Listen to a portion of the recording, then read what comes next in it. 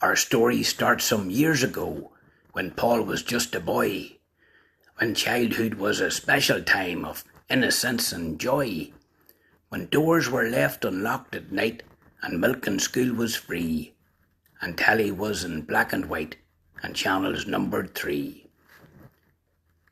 When bedtime was at 8 o'clock and bath night once a week, and germaline smelled quite obscene when plastered on your beak. Now 50 years ago or so, our Paul was quite annoying. He'd brought a bloody trombone home, the peace he was destroying. A compromise they had to reach, a window opened wide, the trombone sticking halfway out, and the noise went all outside.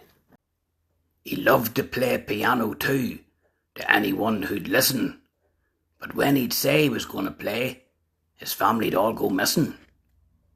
Now Paulie loves a briefcase, and he's quite the snazzy dresser. His briefcase went to school with him. They called him the professor.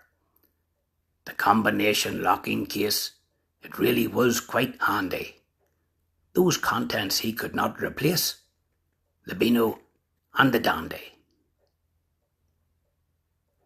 I take this opportunity to make a quick aside. I'm looking for immunity, as I mentioned Paul's first ride.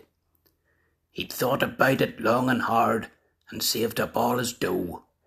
Then off he went and money spent on a brown Austin Allegro. Ibiza, 1984, the place that changed his life. He climbed upon a balcony to court his future wife. He shouted his undying love, his girl he tried to find, and God decreed from up above, Paul was the marrying kind. He married her in 88. He worked like Bob the Builder. Romance was high and things were great.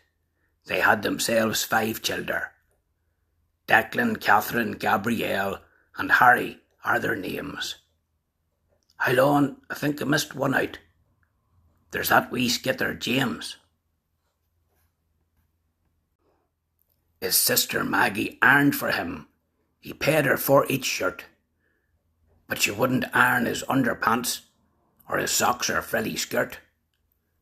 He loved the 80s disco scene, Duran Duran and such, and Spandau Ballet, Simple Minds, Kajagoogoo, not so much.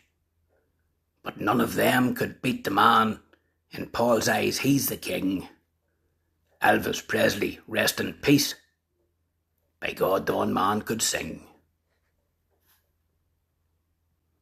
He went to Nashville, Tennessee, and caused an awful fuss. He missed a step he didn't see, fell off the bloody bus. His eyes were full of tears of pain, some sights remained unseen. But there to tell him what he'd missed were Raymond and Nolene.